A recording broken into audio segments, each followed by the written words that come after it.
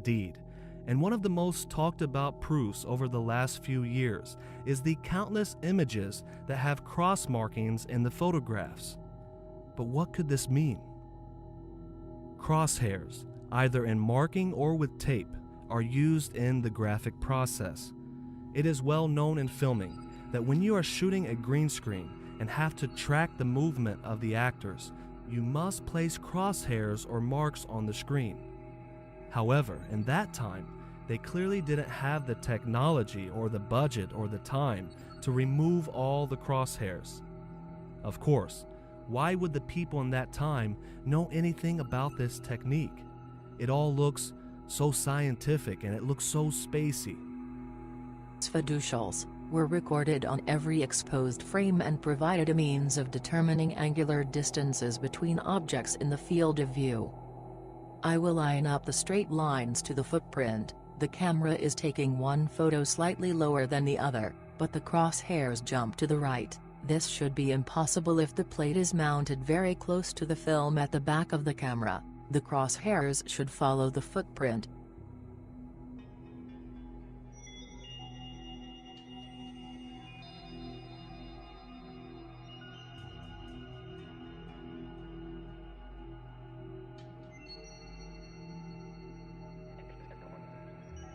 It has only been recently that all these proofs have surfaced.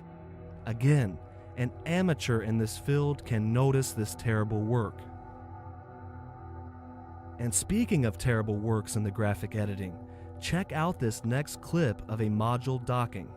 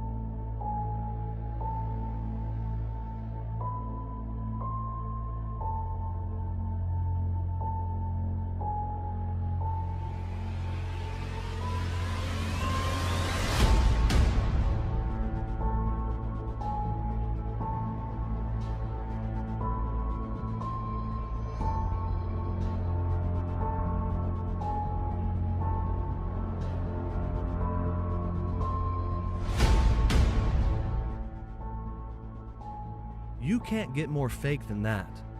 It's like we're watching some 1960s sci-fi movie, because the fact is we are. The entire world watched the greatest sci-fi movie Hollywood ever created, and one of the great deceptions by the American government. There is also video evidence showing the Apollo team filming inside the craft with high-definition colored cameras before launching from Earth and before landing on the moon.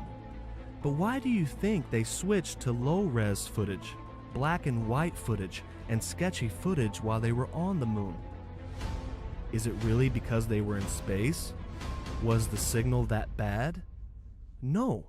If they had equipment to fly through the extremely dangerous and radiated Van Allen belt, the very same belt that even in 2017, scientists are trying to modify craft to get through, I'm sure they could have ensured that the quality of the cameras they were using on the moon were better.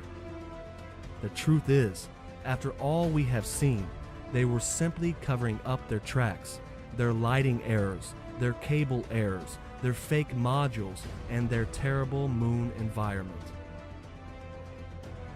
The director had a colossal problem though. There was one more thing that had to be done, and this step could not be taken on Earth. When a NASA team goes to the moon and takes videos and pictures, the people back on Earth want to see what their planet looks like.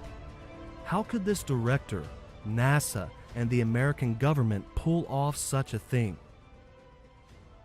The truth is, there had already been missions above Earth, roughly 200 to 300 miles.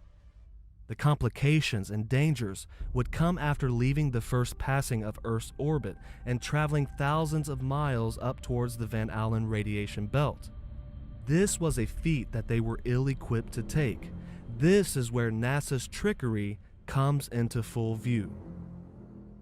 NASA broadcasted a shot with such deception, playing with the depth of perception, that it no doubt convinced every person on Earth that the Apollo 11 crew were far from it and on their way to the moon. But the reality could not be more different. During this segment, intended to be edited and played back later for the worldwide television audience, dated July 18, 1969, Neil Armstrong condemns himself as he states that he is 130,000 miles out, or halfway to the moon, as the NASA flight log also states on this date, when he is in reality in low Earth orbit of a few hundred miles. Roger, Houston, Apollo 11. Calling in from about 130,000 miles out. Here, during another segment, also intended to air after review, Neil Armstrong falsely explains to the viewers how the shot is attained by putting the camera's lens to the window's glass, as it would have to be if they were the claimed distance away from the Earth. We only have one window that has a view of the Earth, and it's filled up with the TV camera. If the window was completely filled up with a TV camera, as he stated, then an astronaut's arm would not be able to get between the camera and the window, as it obviously does here in this outtake. South America becomes invisible just off beyond the Terminator or inside the shadow. You can also notice how the astronaut operating the camera reacted to the mistake by attempting to pan away from it. Blue cast. See white bands of major cloud formations across the Earth. And This is a segment that they believed wasn't even being recorded, much less suitable for broadcast, for the lens was being zoomed out and the scene was being changed to that of an interior of the astronauts at work, and apparently the stop button popped back up on the recorder without notice. Here is the diffused work light that they used to see camera controls, but not throw light onto the spacecraft's wall. Here they remove part of the crescent insert.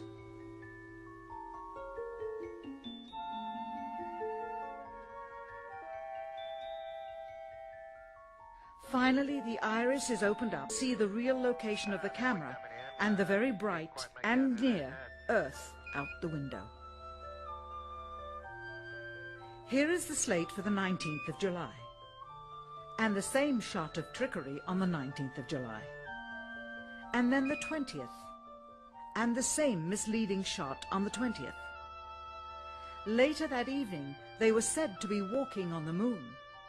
How can this be when they were in Earth orbit only 9 hours earlier, and the moon is some 3 days' journey away? Furthermore, if they genuinely went to the moon, why would they be faking any part of it? Why this trickery with the window? By faking being halfway to the moon, it becomes apparent that they did so because they could not even go halfway. On the 25th anniversary of the event in 1994, Neil Armstrong made a rare public appearance and held back tears as he spoke these brief cryptic remarks before the next generation of taxpayers. Today we have with us a group of students among America's best. To you we say, we have only completed a beginning. We leave you, that is, undone. There are great ideas undiscovered, breakthroughs available to those who can remove one of truth's protective layers. Unbelievable. NASA's deceptions and trickery. They have deceived a world for nearly 47 years. But the truth has become known, and in its right time, and this is not the only evil NASA has committed. It has become clear for millions around the world that the United States forged one of the greatest moments in human history in order to establish supremacy over the Russians. Why don't you swear on the Bible that you walked on the moon? Why don't you swear on the Bible that you walked on the moon? You're the one who said you walked on the moon when you didn't. Calling the kettle black if I ever thought of it. Saying I misrepresented myself. Away from me. You're a coward and a liar and a